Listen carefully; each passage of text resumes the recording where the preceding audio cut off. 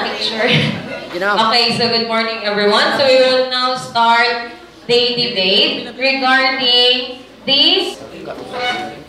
This is the sequence. Okay, the first speaker on the affirmative team, affirmative or the positive team, will have 5 minutes to 10. Okay, then after the affirmative, the first speaker on the opposing team will give its or will present the argument or the resolution. Still 5 minutes. Okay, timer, don't forget. Next, the second speaker, still 5 to 10 or for further arguments in support for the first argument, the first speaker. Tapos, yung second speaker on the opposing team will answer or will also present the supporting details to support their resolution argument against the affirmative team. Then the rules include recess for the team to prepare their rebutals. So, naapatay rebutals class. So, for 5 minutes, relax. Relax ka. Okay, so pwede yung maghuna-huna kung saan magiging yung mga strategy. So, the opposing team begins with the rebuttal. So, after this affirmative or the opposing team mag-relax, no recess, then, prepare na po ang third speaker, ha? Okay. So, na 5 minutes. So, the opposing team begins with the rebuttal. Sila ang una. Then, attempting to defend the opposing arguments to defeat the supporting arguments without adding any new information. So, 3 to 5 minutes na lang ang ibibigay. Yes. So, each team gets rebuttal for closing statements with the affirmative having the last opportunity to speak. Okay, so there cannot be any interruption. So, audience, walang interruption.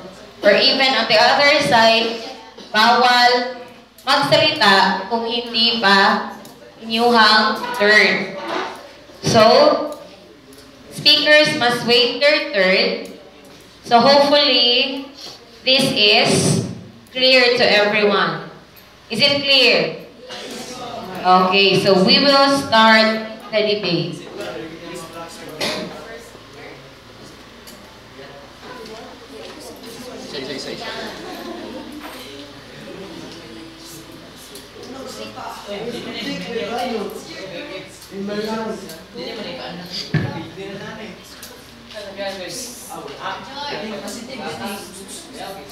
So, ang positibong epekto ng maagang pag-aasawa ay ang sumusunod. So, mas maagang nabubuksan ang isipan ng mga kabataan kung gaano kahirap ang maging magulang ng napakaaga. So, para sa akin, o para sa positibo, mas maganda kung tayo ay maagang mag-asawa para maaga tayo matuto kung kaya kailangan ba natin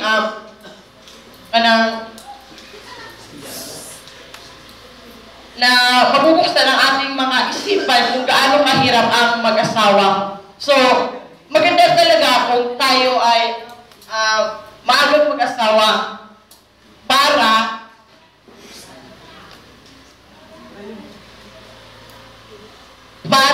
ang lahat ay ating ma-enjoy. Diba?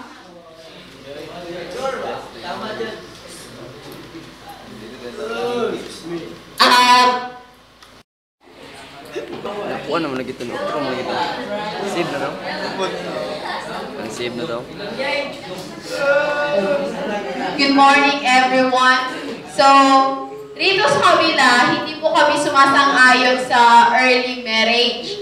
Bakit po? Dahil sa early marriage, masisira ang kinabukasan natin. Bakit? Naniniwala ikaw ang pumipili ng kinabukasan mo.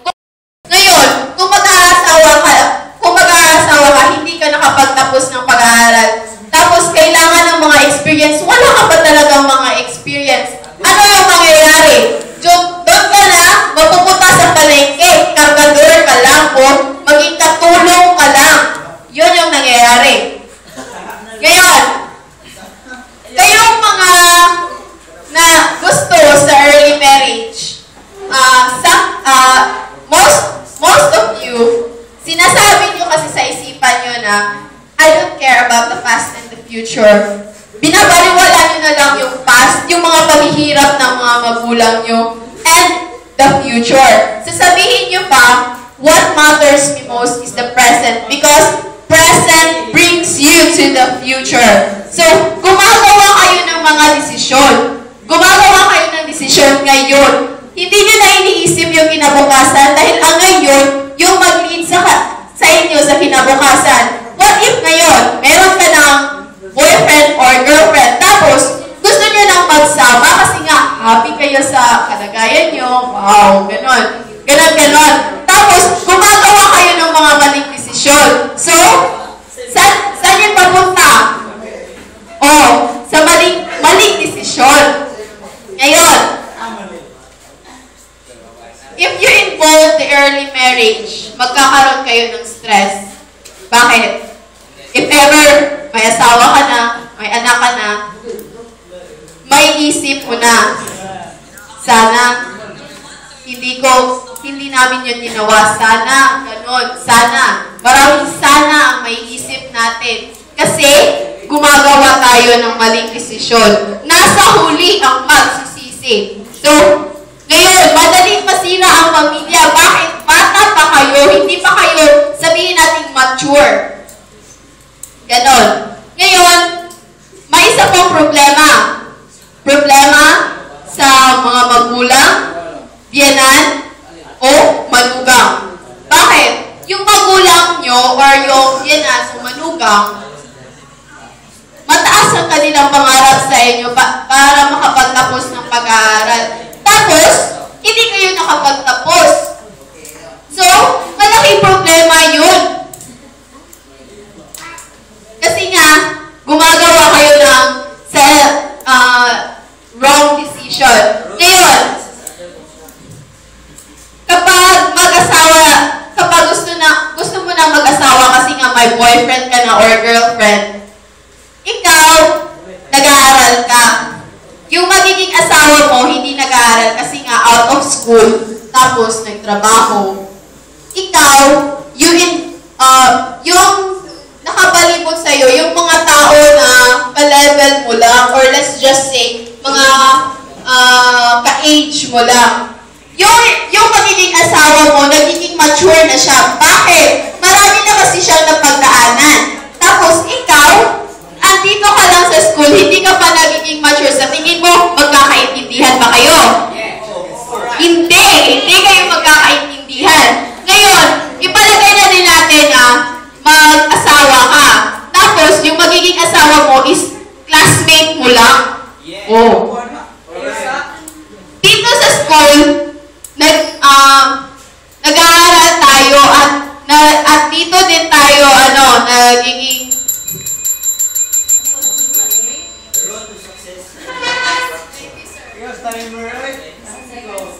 Timer's up now. Objection, no.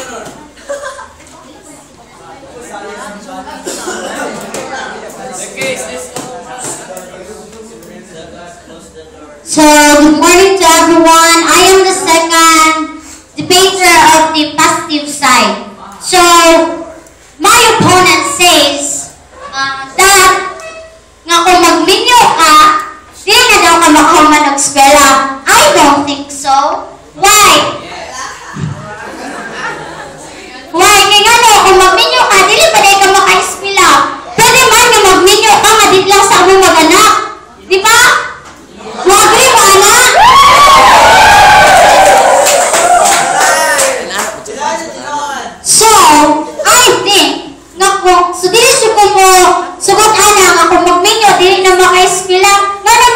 nagminyo mo tungod kay naamoy kwarta, naamoy ikasuporta sa inyong kagalingon. So why not, na dili mo mag-eskwela? So, I will give you reasons or the advantages na nung pwede magminyo sa'yo, or what we call the early marriage. First, practical thinking. Why? Ngano, huna-huna mo, nga taas-taas mo panahon nga maplano sa inyo ang future together. Di lang ikaw lang ang maghuna-huna nga ikaw ra isa, kundi na kay partner. So, makabalance-balance mo kung tama ba na siya. Then, next, guidance sa mga anak. So, kung naanasod mo sa akong huna-hunahon po na ninyo, huna-hunahon na itong tanan nga kung makasuporta na ka sa akong mga anak. O sa bata pa ka nga pangidarod. Kay, kung bata pa ka, pwede man mo siya magaydan. Kay, kung matiguang naman ka, di ba, mas hunahunahon ni mo ang imong health, mas hunahunahon ni mo imong kagalingon. Kay, tiguang nagod ka. So, kung bata pa ka, mas mauna madjudi mo ang kapakaran sa imong anak.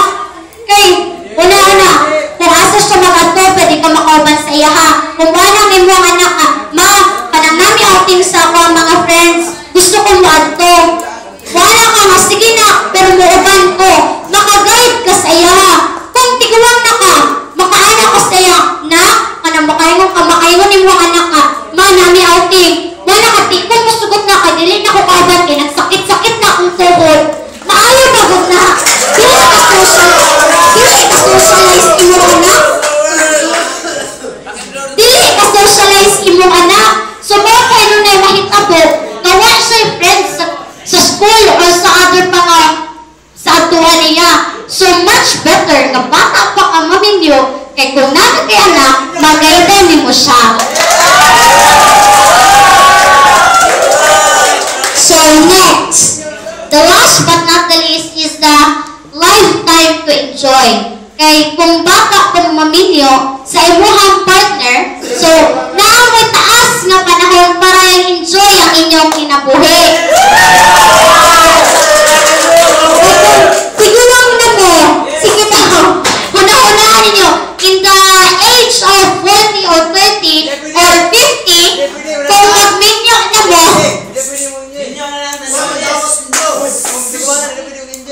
so kung magbinyo na mo, maingon mo nga,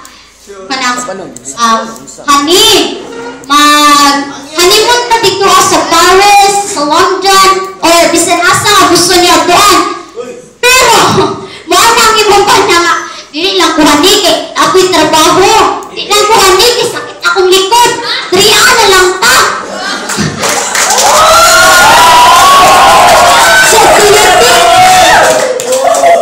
So do you think na ma-enjoy ninyo yung kinabuhi nga magsige lang mo apas inyong trabahoon?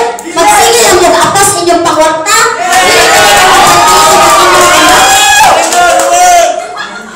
So makaingon mo nga hayahay ang kinabuhi sa dugay magminyo. Hayahay una-una na ninyo pero dyan mo ma-enjoy. Dyan mo ma-enjoy. Tinood siya lang sa kay naayon mo sa tigula nga edad, matured na kay nang huna-huna, makahuna-huna, pakawa na nga. Hani, mag-outing sa ta, mag-outing sa ta kay mag-enjoy-enjoy ka sa kong kinabuhi. Sarap, inyong partner, maingon ana nga. Sarap, inyong partner, maingon nga. Sige, hani, kay mag-jogging-jogging ka dito, mag-dance-dance ka dito, wala ka siya, ana. So, thank you.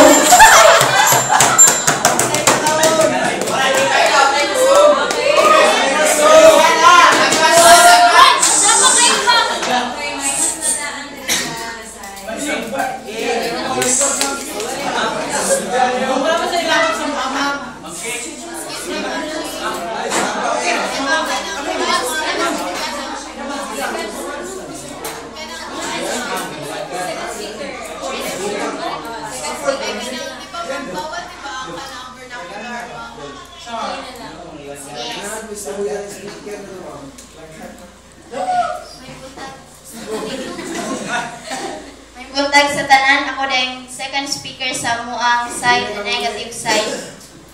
Para sa ako, diri ang side sa positive side, ana siya, nga basta sayo ka magminyo, ma-enjoy nimo ang imuhang lifetime. Kaya nga no, kung dugay ka magminyo, dili ba nimo ma-enjoy? Diba, pag sayo ka maminyo, dili nimo ma-enjoy ang imuhang life. Kaya nga no, tahay na nakaibatag, dala-dala draa, napakagunitan si mo sa bakan, tapos napakadres mo kabot, kunya, mamuha na imuhang mga friends na nakahuman na eskwela, na sila'y trabaho, wala sila nga. I-invite na to nga atong mga classmate dati nga kanang magbanding ta. O ikaw, dili ka makasabay sa ilaha kay busy kayo ka kay napakay mga anak nga iatiman, naguna-una pa ka sa ipakaon sa ilaha. So dili ka maka-enjoy kauban sa ilaha.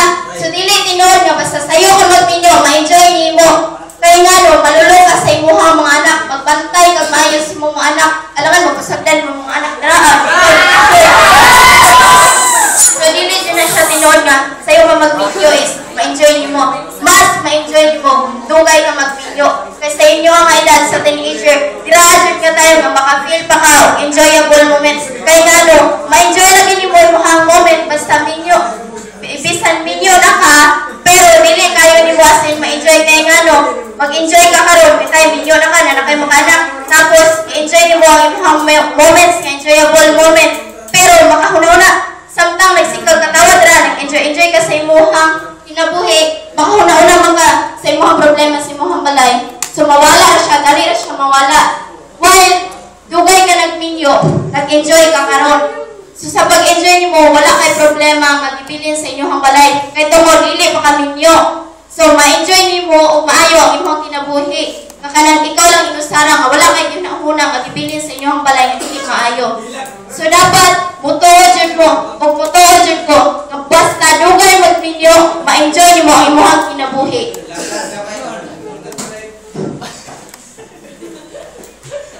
Ug niana ang positive side. Nga basta, sa'yo daw magminyo, maka-eskwela. Yes, of course, maka-eskwela siya. Pero, once nga nag-eskwela siya, dili siya ka-focus. Dili siya ka-focus sa ihang pag-eskwela. Kaya nga no, sama sa kuwang giingon, na akay gibilin sa inyong mga balay nga, problema ba or sa draa, labi na kay imuhang bana, buluyagon kaayo, yung mo eskwela ka, na, Lord, kabangin yun.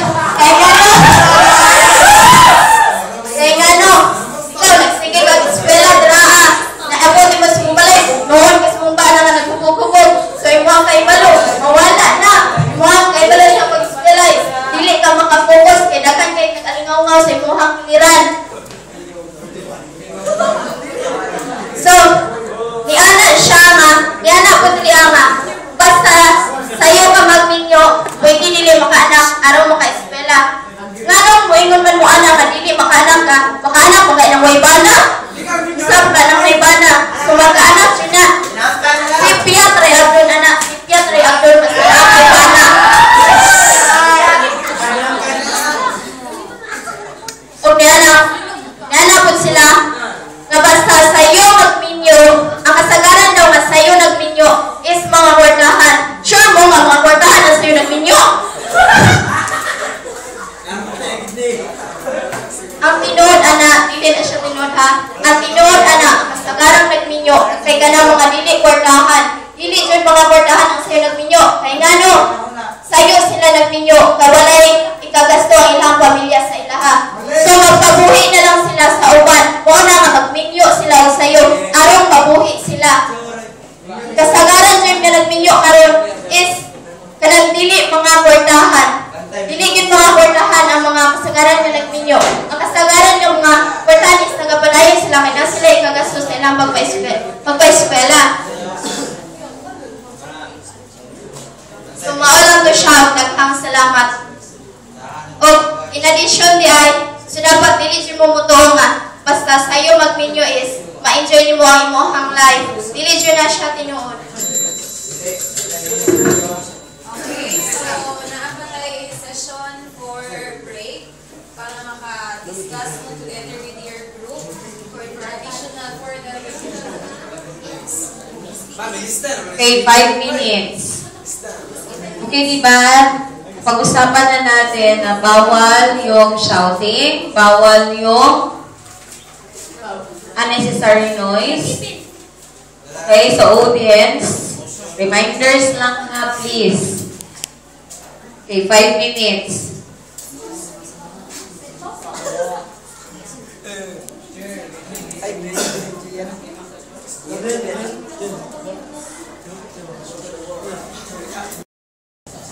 So since natapos na yung second speaker sa opposing team, so they were going to have the rebuttal. So the first rebuttal is the opposing team. Okay, the opposing team first begins with the rebuttal, attempting to defend the opposing argument and to defend the supporting argument without adding new information. Okay. Ang gagawin na lang is you're going to add. No? You're going to defend, not to add. Sa lahat ng naibigay nila na informations. And next, the time is 3 to 5 minutes na lang. Kung kanina 5 to 10, ngayon 3 to 5. Sa Bisaya pa, di ba, na rin siya. Okay, each team gets a second rebuttal for closing statement. So with the affirmative team having the last opportunity to speak. Okay, so ang affirmative team naman, ngayon ang mahuhuli na mag-speak. Okay, so there cannot be any interruption, hopefully. Wala nang interruptions ha. So audience, please. Okay? Hopefully, na wala nang gagawing mga ingay. Okay, so I guess, opposing team ready? Okay, so sige na.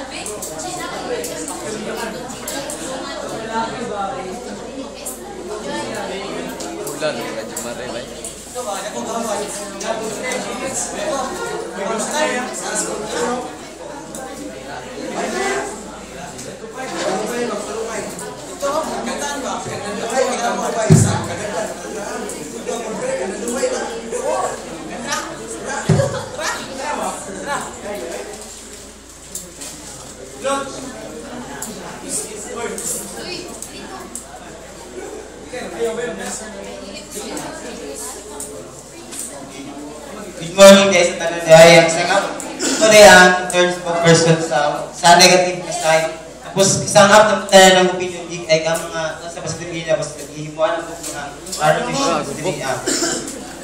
Ang unin ko yan is naapa di ay ginikanan nga mosugot kung sayog ninyo ang ilang mga anak.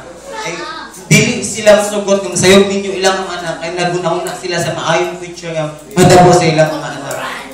Tapos naap og dili ka magninyo og sayo, mapalit nimo og makatrabaho na ka, makamatid eskwela, mapalit nimo ang mga unsa nimo nga gusto. Og ang ganina po daw bonus nag-ingon na pwede ka magninyo nga dili mga anak. Kaya ngano, makabanta pa dai ang lalaki nga dili sila mag-anak or dili sila magbanta sa lalaki. Tapos naapa jud diri sa ni Joy, makaresira sa akin na bukasan. Tapos ng stress. Problema sa bayanan or magulang. Tapos napag-yun diri napag-yun diri ang pwede lagi ka mag-eskwela nga maminyo mo sa negative ka pwede ka mag-eskwela nga maminyo na ang pangutana o kay mo sa sitwasyon namin na nag-eskwela pa mo dili kaya mo makahuna-huna.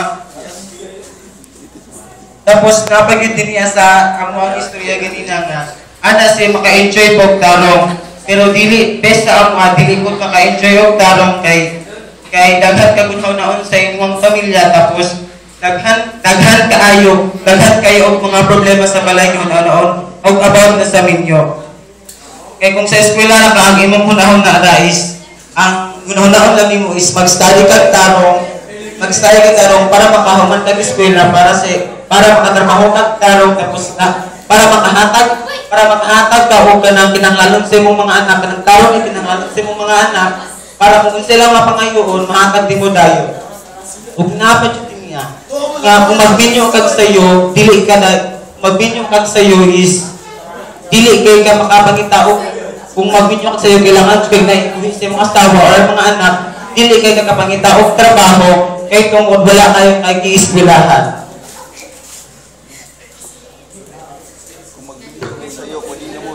Walay kundi asawa kay mapulaan. Kaya kung kasama mo gusto, walay binigyan ng ginag-ingon nga inyong mga walay sa iyong mga minyo. Kaya ang giingon sa mga